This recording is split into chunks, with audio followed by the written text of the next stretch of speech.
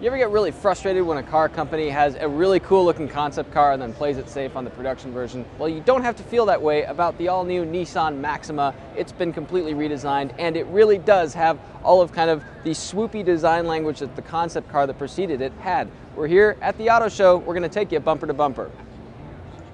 That concept car is Nissan's sports sedan concept shown at the 2014 Detroit Auto Show, and you can see a lot sort of carries over here into the production Maxima. Plenty of interplay here going on in the grille, a lot of different openings here, a lot of chrome, a lot of piano blacks. Sure to be controversial, maybe the most controversial side of the car. You come around the side here and you notice the new Maxima is a little bit lower. It's a little over an inch lower than the prior generation, but about 2.2 inches longer bumper to bumper. Now, the floating roof design, this is key here. Blacked out A, B pillars, even this kind of ring around the base of the C pillars blacked out gives this sort of impression from a distance that the roof is sort of floating. We've seen that in a few other cars now, kind of a cool feature.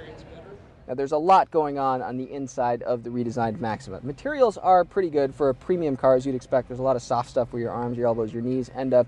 A lot of diamond cutting in areas like the seat inserts, even in the trim, the silver trim along the dashboard, and pretty much stitching everywhere around the shifter, alongside this center tunnel here, along the center armrest, the upper doors, the dashboard. I think Nissan is actually trying to run the world out of thread. Now there's a center screen here in the dashboard. It's controlled through a knob here in this car at the auto show. Down here right where your hand naturally falls, which is nice. It's also available to be controlled just by a simple touchscreen, so there's a nice kind of duality to it. You decide which way you want to use it, and then you kind of go with that.